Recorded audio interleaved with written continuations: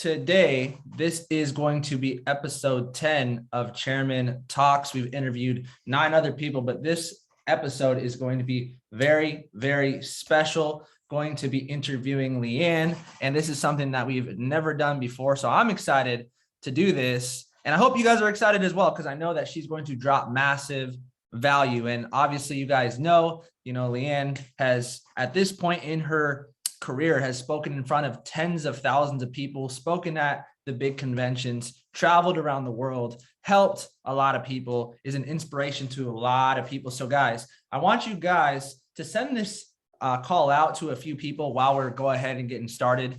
And I am super excited to interview Leann. Are you on the call? Yes, I'm here. Happy Saturday, everybody. Tuning in all the way from upstairs. How is your day going? Pretty good. Been busy. I'm dead. We barely run calls together. Yeah, we do. We never do. Divide and conquer, huh? That's what we were taught. Let's do it. All right. Well, we're going to go ahead and let me spotlight us really quick here. 1 second.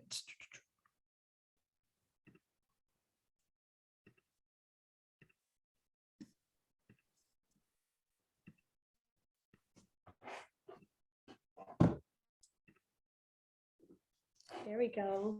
All right.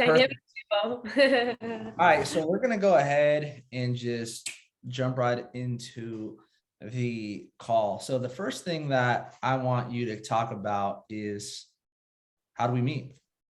I think it's a pretty good story. So why don't we start? That's what you want us? That's what you want me to share? Okay. Yeah, it's funny. We'll start out like that. I think that's a great story. Wow. Okay. So we're going, this is life stuff, not just business. All right. Drop a 1 in the chat if you've heard the story of how Cruiser and I met. I'm just curious. There are a few of you. I know there's a few of you who have heard the story before. But we actually met in high school. So I was, I became a freshman when Cruiser was a junior in college or junior in high school. Okay. So I was freshman, he was a junior. And yeah, we went to the same school. We had not similar friend groups because he was 2 years older, but I would say that that's like where we met. I'm sure we passed each other in the hallways at some point. I don't remember. I'm sure there's probably photos where I'm like in the background somewhere, maybe. I don't know. I always think about that. Maybe there's some photos out there, but officially we met when I was a senior after he had graduated school. We met at a party. He had messaged me before on Twitter, slid into the DMs, but officially we met at a party. It was my first ever party that I ever went to, and it was New Year's Eve of 2015. So that's when we met, and when we started dating January 11th, so 11 days later. What happened after I slid into the DMs? I ignored you. Is that what you want me to say? Tell him. I want you to tell him the truth. Tell him how the follow-up game was strong. So Cruiser hit me up. I was actually a junior. So this is like May of 2014. And Cruiser hit me up and was like, hey, this is on Twitter, right? Okay. And I had never had a boyfriend before either. And was like, yo, let's go on a date or something. Let me take you out. So I think he invited me to a party to his house to have s'mores. And I just kept saying no, no. I would be like, okay, yeah. And then the day would come and I'd be like, oh, sorry, can't make it, And that happened for a month, maybe 3 weeks. And then finally I went to church camp and I didn't have a phone. And after that, I just never talked to him again. And then we ran into each other at the party. And then it was kind of awkward, but then also wow, fate brought us here. I don't know. That's funny. But yeah, he kept messaging me for weeks and weeks and weeks. And then finally met in person and got the clothes, I guess. The fortune is in the follow-up. You guys learned something today. But I wanted to start out with something fun. But why don't you tell people a little bit about your background, and what you were doing before getting involved in the industry, not even just IM, but in the industry of network marketing in general. So I was actually in high school. This is like a random story, but I was in high school at the time, and I remember Cruiser got started in network marketing because he was old enough. I was 17 still, but he was old enough. He got started in a company and was like telling me a lot about it, like business and entrepreneurship and Rich Dad Poor Dad and these books that he was reading. And I remember he gave me a book to read. And at the time, you guys, I was not a reader. I'm still not a reader. But like he was like my new boyfriend. So I was like, oh, like I have to read this book that he gave me. And I remember being on a bus ride to a track meet, actually, like literally I'm in high school, you guys. And I was reading this book that he had given me. It was The 50th Law by 50 Cent. And good book, by the way, but I forced myself to read it because I wanted to like kind of like impress him, but also like I was interested in like personal development and business and growth. So I read that, and then we ended up also reading The Compound Effect. So I got started with that book particularly and read that every day after school.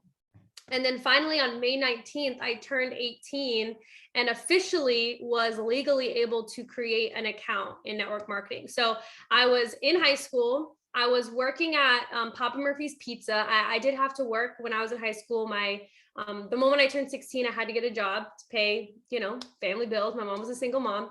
So did that. So I was continued to work at the pizza place. And then I was also an athlete. So in track and field at the time. And then I was running this new business. And then I graduated officially. Summer was pretty fun, got to do a lot of that, learn a lot.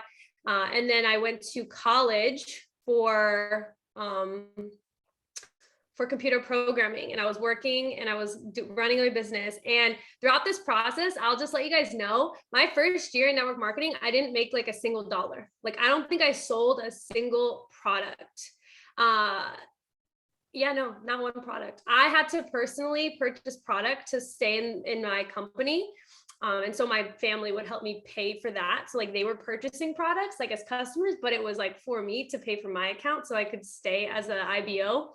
But yeah, it was crazy. Didn't make a single dollar, but I learned a lot. And then when I found my next company, which was Kayani, which is Kayani, I ended up in 2 weeks hitting a rank to where I was able to quit my job working at the pizza place. So it was really exciting. It was a journey for sure. Learned a lot over that year of not making a single dollar. So if you've never made any money yet, I wouldn't even worry about it, because the first year is like you're learning, you're changing your mindset, you're getting disciplined, you're completely like everything that we're raised from like 0 to 18 is like how to be an employee. So I think that 1 year of time where I wasn't making money, I was just shifting a mindset and I was creating like a game plan for myself. But yeah, I don't know if that answers the question. Yeah, talk about how there's no right or wrong answer. It's your answer. So, you just talked about like people's upbringing. And I feel like you kind of had a different upbringing because, your dad was really into entrepreneurship and pushed you towards that, which most people, that's not the case. So maybe you could talk about that and how that influenced your way of thinking. Yeah. So my dad, if you guys don't know, my dad is from Chile, and he came to the United States and he was like 21, maybe. I think he was 21 or something like that. And he met my mom. They got married after knowing each other for like 3 months. And then he got his citizenship. And then they had my sister, and then they had me. They got divorced like before I was even born. But long story short, when my dad came here, he was working at a factory. So he worked at a factory where he just like put like parts together, I think, something like that. It was called Red Dot, and he got paid minimum wage. But as an immigrant and no connections, you really don't have a lot of options. So that's kind of what he was doing. And he came to the US to be financially free. And he read the book, if you guys know, Rich Dad, Poor Dad. So my dad read this book back in the day when he first I don't think it was like right away. Like he had worked for I think he worked at that company for like 10 years. So quite a while. But then he found the book and he started opening up his mind to entrepreneurship, and he wanted like freedom. So he ended up saving money and was building like an add-on to our house. My parents were divorced though, so I didn't like live with him, but he was building like an add-on to the house that he had, and they were remodeling it, if you will. And so he was working his job, remodeling the house at the same time. And eventually he was able to remodel the house enough to sell it for profit and gain enough profit to purchase another house, okay, with money left over. So he was able to quit his job. And so from a young age, I want to say that happened when I was like 7. He was just flipping houses.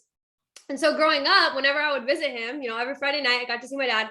He would talk about how, like, let's make a business. We would literally, me and my sisters, okay, my dad has 3 daughters.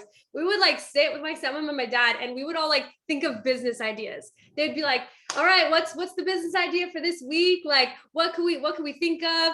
I remember thinking of like sliced butter. Like that was one of my ideas. One week I was like, sliced butter, like as genius, you don't have to spread it, you just bloop, plop it on. I don't know if that's created, but it needs to be. So yeah, we were just like kind of like Shark Tank, if you will, like at dinner time. And that was what I was raised around, like always like, what business are you going to create? But at the same time, that was like my dad's side. And my mom's side, my mom got her master's degree. She's a social worker. When I go to school, all I hear at school is, what college are you going to? What job are you going to get? So even though my dad's influence for this was like, get a business, it almost just seemed like this lofty idea that he was talking about. And it kind of turned you off. When your parent like hassles you about something, you like don't want to do what they're saying. So I almost went in the opposite direction. I worked really hard in school so that I could get a full ride scholarship to college for computer programming. And I remember my dad, he was mad that I was going to college because he really wanted me to start a business. He was like upset. He was like, stop it, like whatever. The only thing that made him okay with me going to school was that I had a full ride scholarship. So he was glad that I didn't have to pay money to go. He would have been even more mad if I was like spending money to go get a degree when he didn't want me to go to college. So did that. And then finally, when I was introduced to entrepreneurship during that time, everything that he had taught me my whole life, like it finally clicked. I was like, yo, this whole work 9 to 5 thing just ain't it. My dad really knew what he was talking about. He was really onto something here. And so, yeah, I'm super, super grateful. My dad was like that and always taught me about business and to think differently. So thinking outside the box was never hard for me to do. And also working hard. As an immigrant, I think I posted this on my Instagram the other day. As an immigrant, you just see them work so hard. Like they really work really hard because they're trying to make it in a new country where he doesn't speak the language. He doesn't have connections. He's trying like his best. Yeah, and he read the book, Rich Dad Poor Dad. And then my mom, I will say my upbringing with my mom, it was great. Like, even though she was a single mom, I never my mom always gave me the world.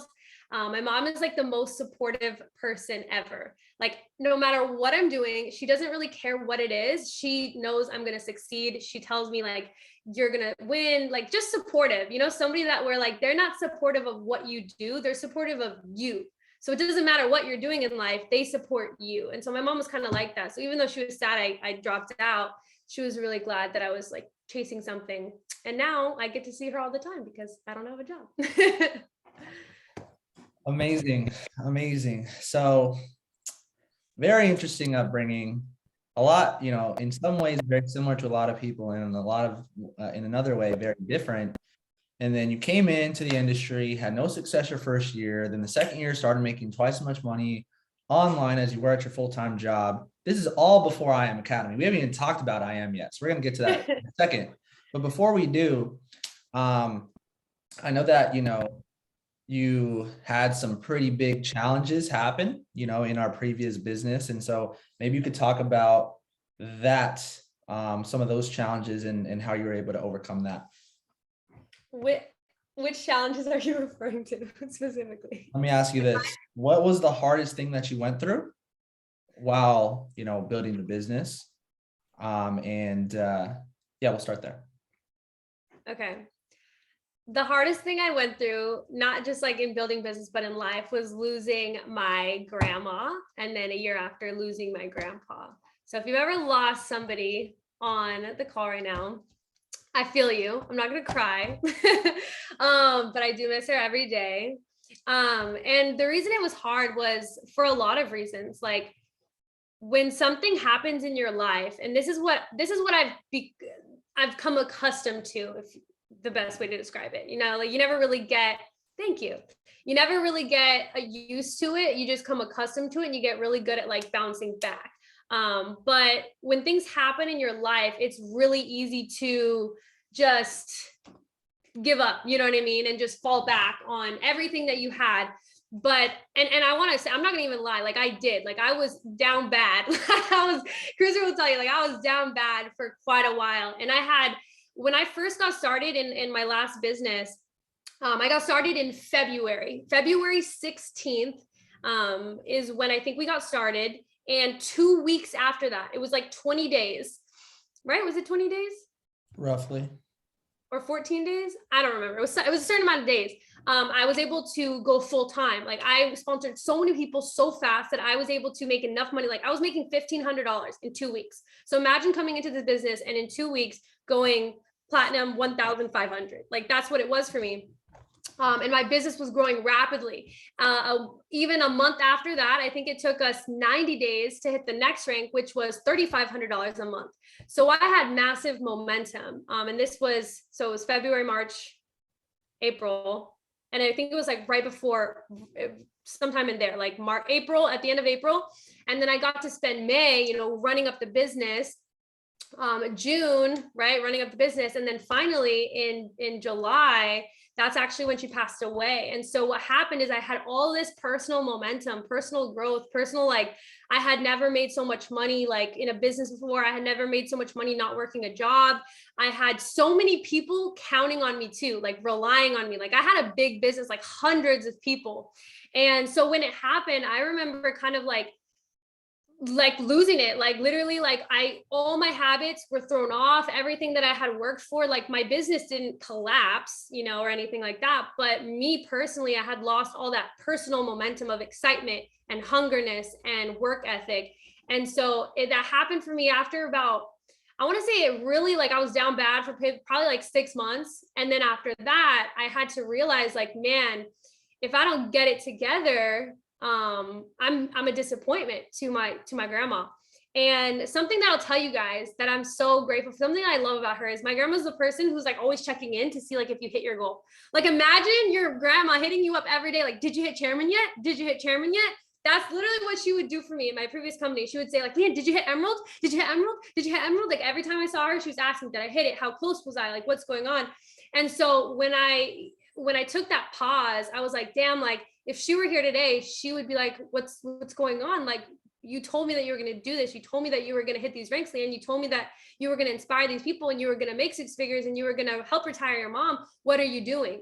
And I had like this, like coming to Jesus type of conversation with myself. And even though I had lost all that momentum, I started kind of like working my way back up.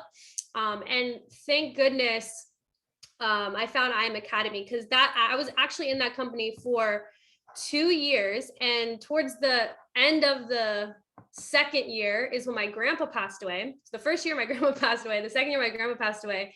And then finally I Am Academy was introduced to us by Kiani, which thank goodness, like everyone on this call, if you're in my business, you're in Kiani's business, and go give him like a freaking hug, go send him love, because like he literally saved my life, not just providing me with like way to make money, but this culture is so different.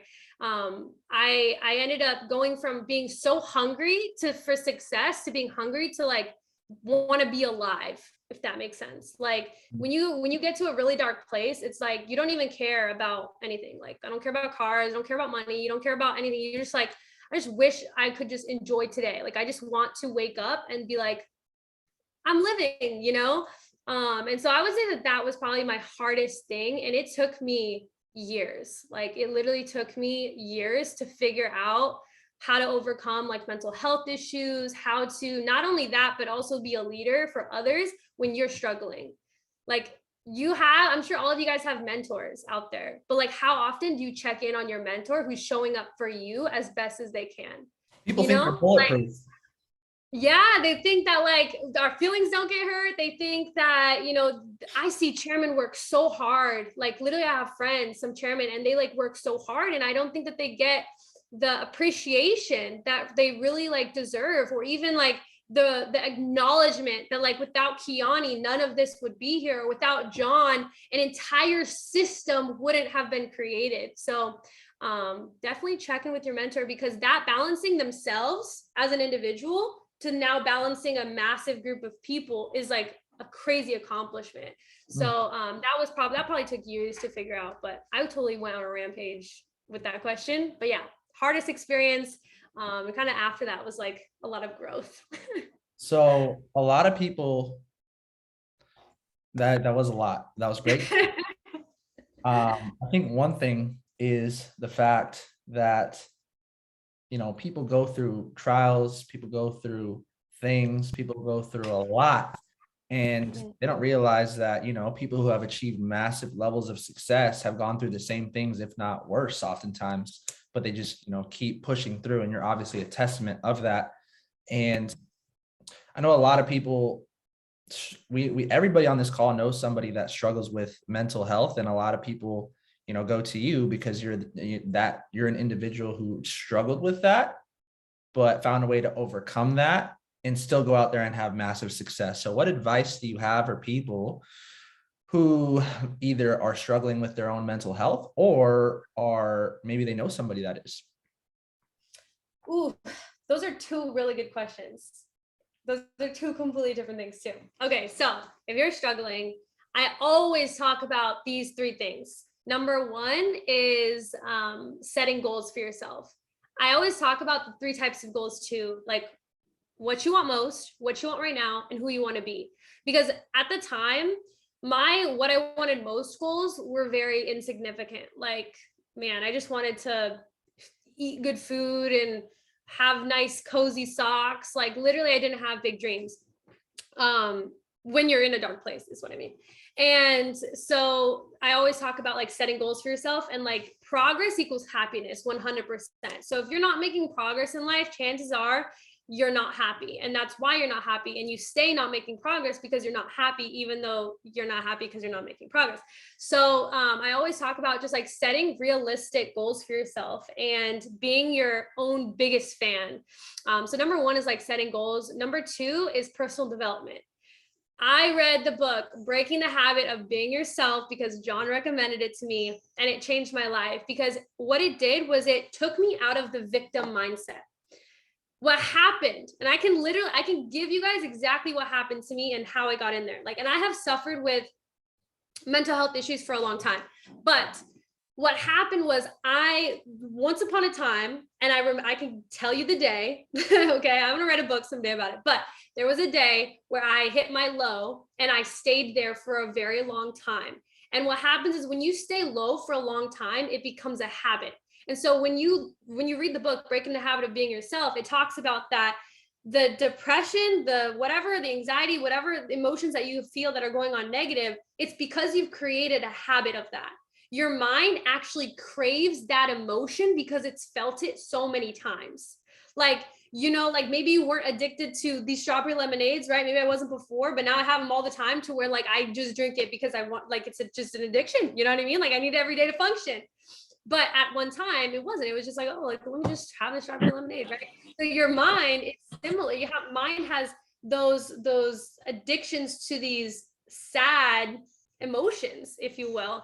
And so doing personal development, what it's going to do for you is it's going to open up your mind to what exactly is going on in your life and why you're feeling this way and how you can overcome it. So that book alone taught me a lot. It also taught me how to like control my emotions, to fight basically. It kind of like, it made me think of like, okay, this is like depressed me, and then this is like positive leadership me. And it would be like, when I would have thoughts, I'm like, yo, this person's talking to me, ignore this person. When you're having thoughts, you have to recognize, and I learned this from Mike Nav and Nancy, like you can have a thought that's not your thought. You literally can think things that are not, you don't have to claim that thought. Like if I think something really horrible, I can be like, yo, what the, like, that's a bad thought. Like, let me just see that one through, like, bye-bye. Like, let's not, take that in. You can claim which thoughts you want to keep and which ones you don't. And yeah, that book taught me a lot about like, hey, this person who I was thinking a lot of this, and I'm going to have to get used to trying to fight off those negative thoughts. Something that I've also learned recently is about emotions, okay? This one will get you. This one will get you. So recently, and I post this on my Instagram as well. I just be posting some stuff when I'm thinking it, but I don't know who I learned this one from. But your emotions, you can have an emotion that like you don't want, right? So if I'm suddenly feeling anxious, okay, and I had like so much anxiety like last week, the week before that, for like literally no reason, I don't know why, but I felt it, and it felt like, oh my God, like the world is crumbling, like the world is crashing, even though, you guys, my life was just fine. In fact, it was my birthday, like, and everything, like I was on a boat, like life was good. But what happens is that your emotions can almost lie to you. They can almost convince you that your reality is different than it is. So something that I do is whenever I'm feeling an emotion, if I don't want it, I don't claim it. I say, I don't know why you're feeling this way, but the reality of your life doesn't say that. So what you have to do is you almost have to just wait it out. And eventually, like that's the best way I can describe it of how I've learned how to do is I just wait it out. I'm like, you know what? I don't know why I'm feeling this anxiety, but nothing in my life is falling apart. Everything's going great. So I'm just going to let the feeling pass, because I know in a few days, in a few weeks, in a few months, I'm going to feel different. So if you can really just emotions, don't accept them and just let them pass. And you might feel it for a couple days, you might feel it for a week, you might feel it for a month, but you have to not recognize that as your reality. And you just have to understand that that's just emotion. Okay. And you don't have to like claim it as your reality. I hope that makes sense. I've never had to explain that before, but that's what I would say. So for anyone who's struggling, those are my best advice. Focus on who you want to be. Setting some examples are like, I wanted to be someone that wakes up early. I want to be somebody that trades. I want to be somebody that reads books. I want to be somebody that makes people happy, stuff like that. And then acknowledging and working on your emotions. Emotional intelligence is a huge skill. Now, if you have never struggled before, because some of y'all are like zoning out. I saw a few people leave the call. They're like, this is not what I came for.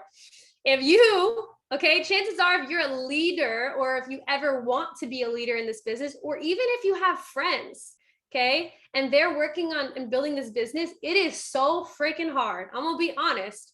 Like back in the day, like working on it, which that's so funny. I just made a story about how I don't want to say things are hard because things aren't hard. They are temporarily struggling, but you end up figuring it out. Anyways, it may be difficult to go from, somebody who's struggling mentally to being a full-time leader. But what you have to do as a leader is you have to encourage those people and you have to tell them to do their best. That sounds so cheesy, but that's like the best advice, like is to tell someone that they can just do their best and that their best is good enough. And chances are the people who are fighting their own minds are going to be the people who succeed in this business because they are mentally strong. Like I literally see so many people who have struggled with their mental health, and they're crazy good builders. They are, strong leaders. They have good conviction, and it's because they've mastered their own mind. So even though those people, you may look at them and be like, wow, they're not doing much, like kind of lazy, or they're struggling mentally. That's all. They're fighting their own mind. And if you can encourage them and tell them to just try their best, it's kind of like being in a hole. When you have mental health issues, it's kind of like being in a hole and like you see everyone up like on the surface, like living their best life. And you're like, damn, I would love to be up there. And every time you try to crawl up, you fall down and you scrape your knee and you get hurt. So some people, they end up giving up and they just stop trying and they just stay depressed for the rest of their life. But the people who work hard to climb up, they get the bruises, they get the scars, they get the strength, they get stronger trying to crawl up to the surface that everyone else is just living at, who didn't have to fight to be up there. Now, when they get up there, they're one of the strongest people because they had to fight to get there and everyone else was just there. So in my opinion, if you have someone on your team who's struggling, I would encourage them the best you can. Tell them, do your best, keep doing your best. And those people are going to get literally so strong. And I just saw somebody recently who came to me at an event. She was like, hey, I'm struggling. How can you help me? We sat down, or we talked just really briefly. I told her just a few things that could help her. And I just saw her go P600. So if you're on the call, I don't know if she's on the call, but if you are, I see you and you're crushing it. And I love that. And you're doing amazing because yeah, if you have anyone on your team, the best that you can do is just tell them to do their best because that's literally like all that they can do, you know? The worst thing to do is tell them that they're not doing enough or they're not good enough or whatever, because now they already have those thoughts in their head. You have to be the one pouring positive thoughts so that they listen to the positive voice, not the negative voice. So positive encouragement, I feel like works for my type of personality the best. But yeah, that's what I would say. Also, you might have anything to say, Cruiser. I don't know if you have any advice for that. You got to deal with that for so long. I should have asked myself that question, right? Because I'm the one who's out, right? Honestly, those types of people, in my opinion, just need love. Yeah. They need love and encouragement. Like, it's just like a lot of like self-attack.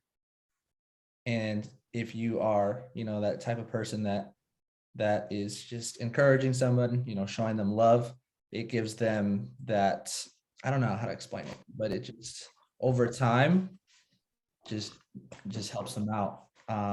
That's I don't want to overcomplicate it. That's the simple and honest answer. So okay, next, let's move on. So we haven't even talked about IM and it's already 9:40. We could talk for hours. This is crazy. Okay, so 2018, you get started in IM Academy. Why? There's over 1,000 plus companies in this industry. There's a lot of home-based businesses. Forget this business. You're the type of person that can crush it in real estate, crush it in sales, crush it in anything that you want. So why IM? Oh, okay. When I saw this, I was just blown away by the ability to help so many people at once with so many different things. Because I was already in network marketing before, so I knew the benefits. I knew the ability to build residual income and help other people build residual income.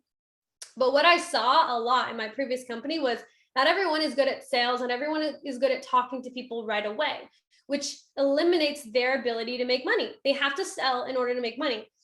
And so when I saw with IM, I saw a way for people to come in and without having to talk to a single soul could hop on, utilize the academy, put in their hours, their time, their day, right? And learn the skill set and then make money. And then from there, increase the confidence to then go out, right? And share it with others if they want to. Okay. So number one is I felt like we could help more people as customers.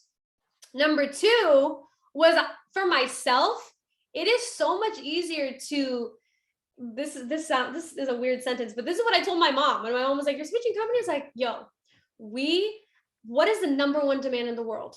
People say health is the number one demand in the world, like the health industry. But I believe the number one demand in the world is money, because you can't even buy health products if you don't have money. So how can that be the number one demand? The number one demand is money. You need it to live, to survive. So if you're selling a way for people to make money, you make money by helping people make money. I was like, that is genius. Okay. So that's also another reason. And the third reason was the compensation plan. The ability for me to come in here and utilizing my skill sets and build up to 40% of someone's business for them by putting people on their team. There are companies where no one will ever be put on your team. Every person under you has to come from you. And so here, the ability for me to go out and help, like how many people on your team, ask yourself, would not be there if your mentor didn't put them on your team? You know, how big could your business get? And so that was something where I was like, wow, we can also help all the builders this way. I can use my technique to impact more people and I can help my friends build that residual income as well. So it was definitely a combination of the three. And then maybe the fourth reason also was I was super excited about trading myself. Like that's actually why I got started. I don't know if you guys knew this, but I got started because I wanted to trade. We were not going to build a business at first. And John hopped on a call. He spent an hour with me teaching me how to trade because that's what I wanted. Cruiser, I don't even think that you were like interested, right? I think it was just like, oh, Leann wants to trade. Like, let her check it out. And we hadn't signed up or anything. And John just hopped on a call. He taught me for an hour. And I was like, this is interesting. He hopped on another call. Dude, John did 2 calls for me, both 1 hour long. Okay. So he spent 2 hours marking up charts, going over trading view, showing me floors and ceilings, like crazy, just in depth to help me out. And then finally I was like, okay, this is something I really want to learn. Like I get it. Like if I buy off of the floor, I make money, you know, like I didn't really know a whole lot, but that concept made sense. And so that's another reason why I got started, because I truly was excited about learning the skill set myself. But yeah, those are the 4 reasons. That is fire. Yeah. John is a genius because, you know, he always talks about value, value, value pitch. Like he understands that like a lot of people are like, oh, I don't want to, you know, talk to some, I don't want to waste my time. But sometimes you got to meet people where they're at in certain cases. And, you know, John, you know, hopped on multiple calls with us and, you know, educated us, gave us value. And that value was eventually reciprocated when we got started. So that's fire. Also, Jason even hopped on calls with us as well. Why don't you talk about that? Oh yeah, I honestly forgot about that. Yeah, I have Jason screenshots actually. of that. Yeah, so Jason, we didn't get started. Like Kiani showed us, didn't get started. John showed me, did a 1 hour call with me, didn't get started. Did another 1 hour call with me, didn't get started. Then they hopped on with Jason, showed us the comp plan, still didn't get started. Then Jason hopped on again. I remember we were in our car. I remember that we were like in the car on speakerphone and he's going on and I'm like, I don't know who this guy is. I don't even think I knew what a Chairman 100 was. Like, I don't even think I knew how much money he was making. I was just listening to this random guy over the phone. So I don't know if the edification wasn't great. I don't remember. But yeah, Jason hopped on and he told us about the company, and his belief level and his willingness to help was what really kind of sold us. We felt like we were in good hands. Yeah. So just to clarify, yeah, Jason Brown, who's the top earner in the company, still is, was a Chairman 100 at the time, and he was hopping on calls with us, even though we weren't already in yet. That doesn't happen. Like that doesn't happen really in anywhere else. So when we got to see that, that was crazy. I want to talk about, I want to switch gears a little bit. So you came in and you went P2000 within a month, less than that. How'd you do it? I think everyone wants to know. Yes. I did a training on this the other day where I was telling the story.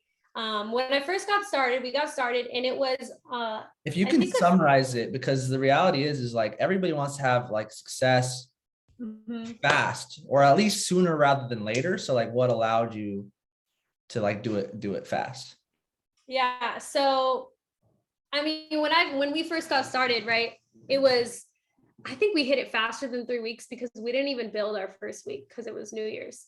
But so probably from the moment that we started calling people, it was probably like 2 weeks. But anyways, so what happened was right away, like when I decided, okay, we're going to build this business, I wrote out a list. Like that's the first thing, right? I wrote out a list, and I always talk about urgency.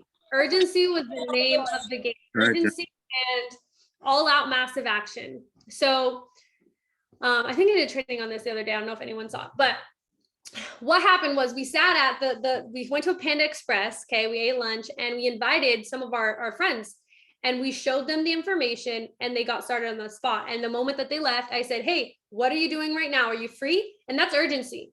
Urgency is what are you doing right now? Like how many of you guys can call up somebody right now and get them started today?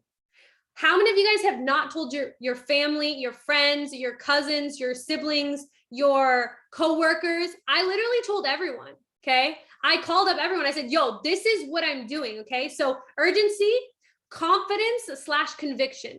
When I was calling these people, it wasn't like, hey, so I'm going to try this thing out, this trading thing. You guys, I hadn't even made money with trading, and I was telling people that I was going to be a 6-7 figure trader because I knew that. When you make a decision, like when I was 18, I made a decision that I was going to become a 6-figure earner in network marketing. So when I got started in IM, I made a decision that I was going to become a 6-figure trader. I didn't know when it was going to happen or how it was going to happen, but I knew it was going to happen. So people weren't afraid to follow me because they also believed, oh, if Leann's going to learn how, if Leann's going to learn it, then I can learn it too. So when we would meet up these people, it was super simple. I was just saying, hey, you know what? Like come through right now. They met up at the Panda Express. They knew it was important too, because we said, what are you doing right now? Urgency. Then they met up and I said, hey, this is what I'm doing. We're going to be the first chairman in Washington. we're going to have the largest team here in the Pacific Northwest. Do you want to be a part of it or not? And all 20 people, the first 20 people we showed this business to signed up. Some of them put them on credit cards. Some of them paid with cash. Some of them, you know, paid with their family. Like I remember somebody had their mom pay, somebody had their dad pay, like, but they got started because there was no other option. It was like they didn't want to miss out on what we were offering them.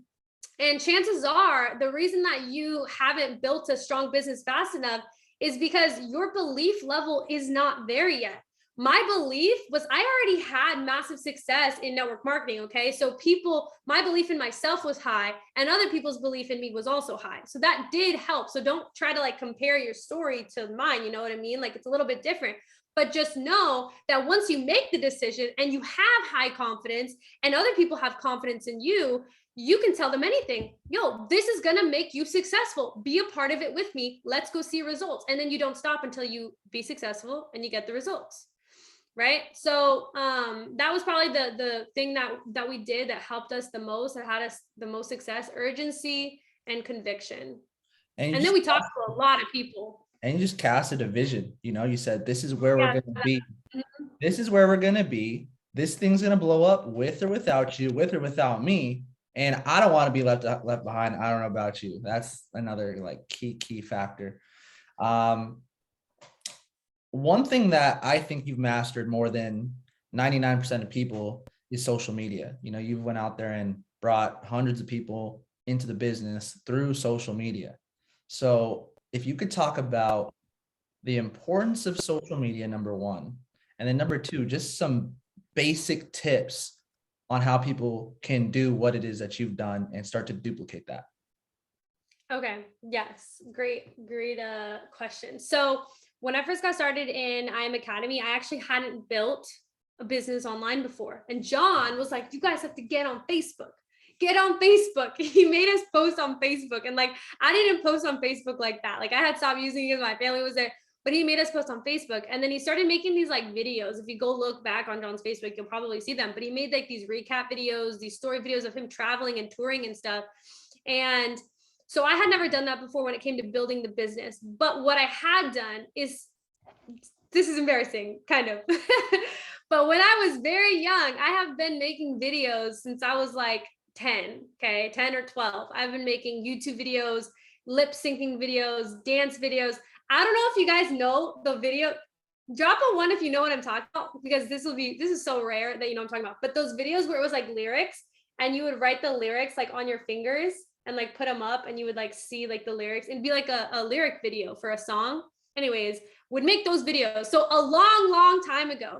So when I got started in this business, I was like, yo, like I could definitely put out content. Like, what do I do? So I just started copying John. I started copying Kiani. I started copying Jason and Matt.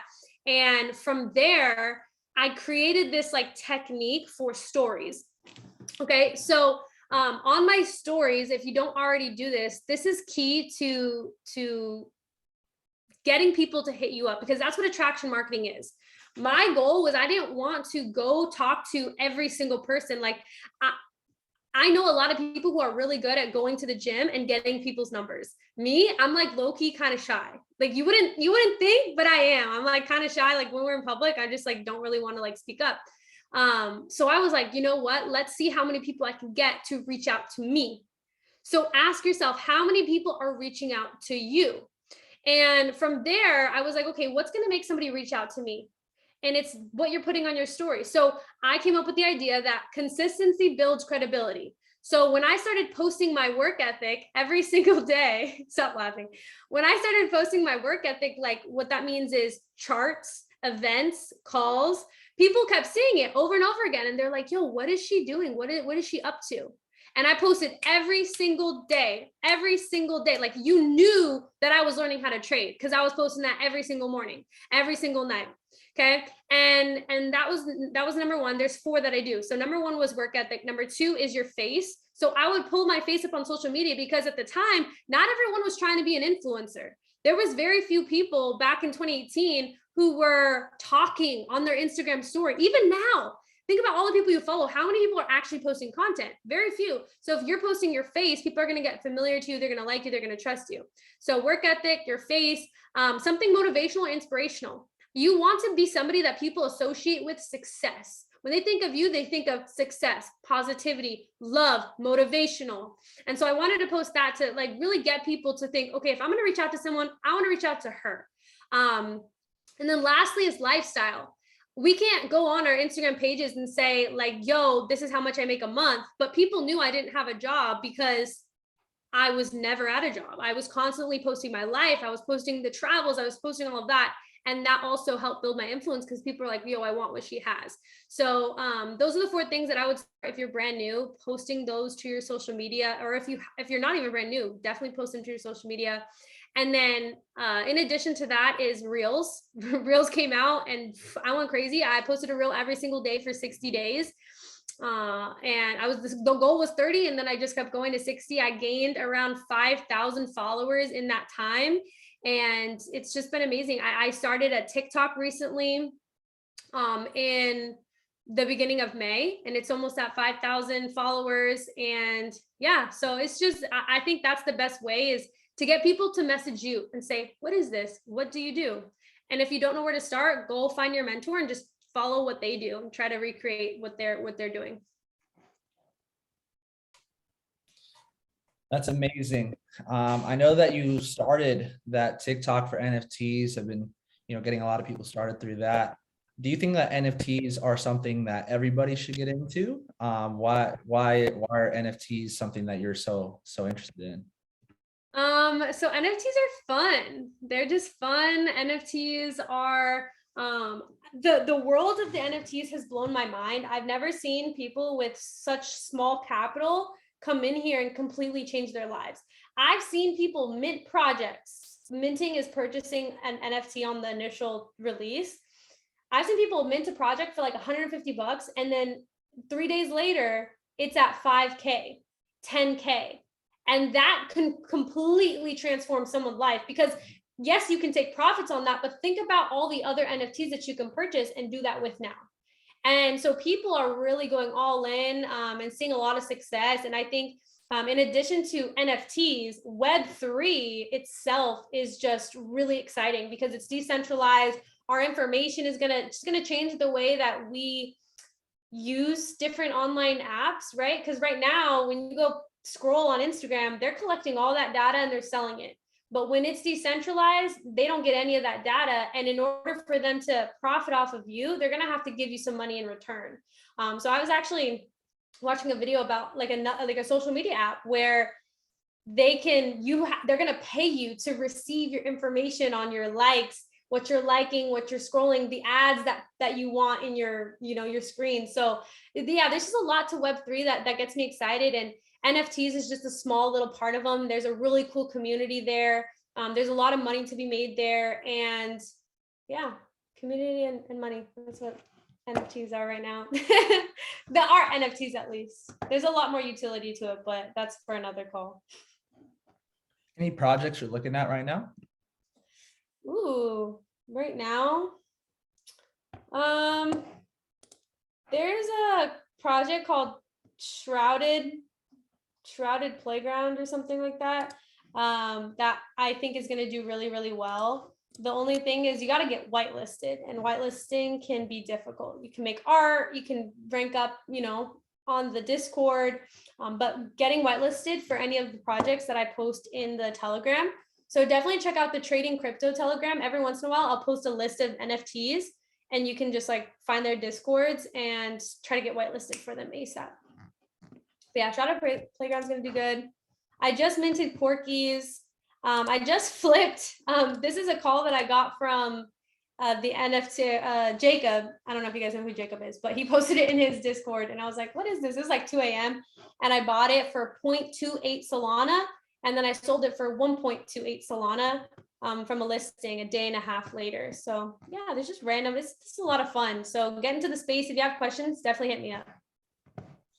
All right, we're running out of time. It's 9:56. So got 2 questions. The next question I have is, you asked me before this what questions I was going to ask you. And truth be told, I didn't even know. So I don't know. And I didn't even know until I hit the start button. I just started thinking of questions. So one thing that people really look up to you for is just public speaking, just being able to speak. And you are the type of person who doesn't really have to think too much about it. You just do it and you absolutely crush it every single time. Like, what tips do you have for people to go out there and crush it with public speaking? Also, maybe you could tell people how amazing I was at speaking when I first started.